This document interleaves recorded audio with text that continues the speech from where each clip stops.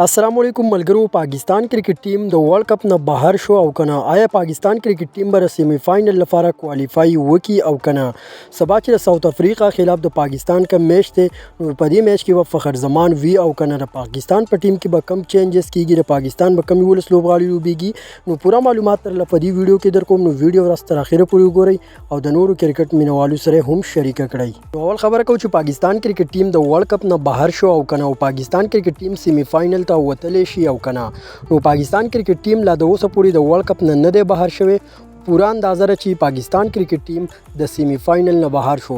پاکستان کرکټ ټیم علي سیمی فائنل ته کوالیفای کولی شي. د پاکستان چې کوم سلور میچونه فاتري کچرته را سلور ونه میچونه وګټل نو بالکل پاکستان د سیمی فائنل لپاره کوالیفای کولی شي او کچرته پرې سلورو کې یو میچ هم وبیلو نو پاکستان به ورلد کپ نه مکمل بهر شي. تاسو سره ایسه نظر لرئ چې پاکستان نه کوم پاتې سلور میچونه دي نو دا به وګټي او کنه او کبډي سلور میچونو کې یو میچ هم وبیلو نو پاکستان کرکټ ټیم د ورلد کپ نه د سیمی فائنل نه بیا مکمل بهر شو.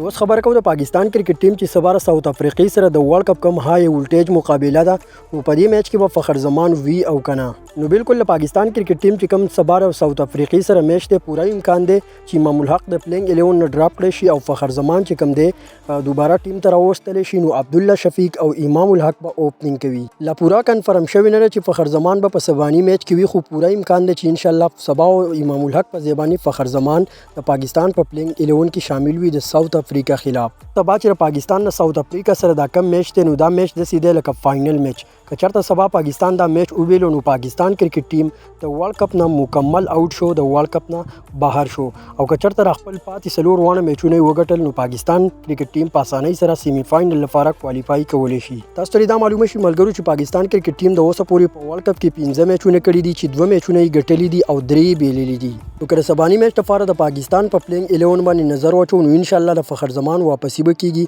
عبد الله شفیق او فخر زمان به اوپننګ کوي.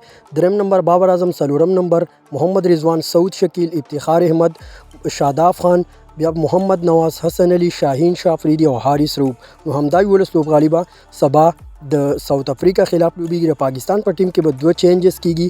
د اسامه امیر په ځای باندې محمد نواز او د امام الحق په ځای باندې به فخر زمان لوبیږي. نو تاسو سره یې نظر لرئ چې سبا پاکستان کرکټ ټیم د ساوث افریقا نه میچ وګټي او کنه نو ځکه چې ساوث افریقا کرکټ ټیم نن سبا ډیر زیات په فارم کې روان دي. 2 پیری 400 ټارګټ ورکړي دي مخالف لوبډلو ته. اوس پته لري چې سبا پاکستان نه میچ ګټل شي او کنه خدا میچ د پاکستان لپاره ګټل ډیر زیات لازمي دي.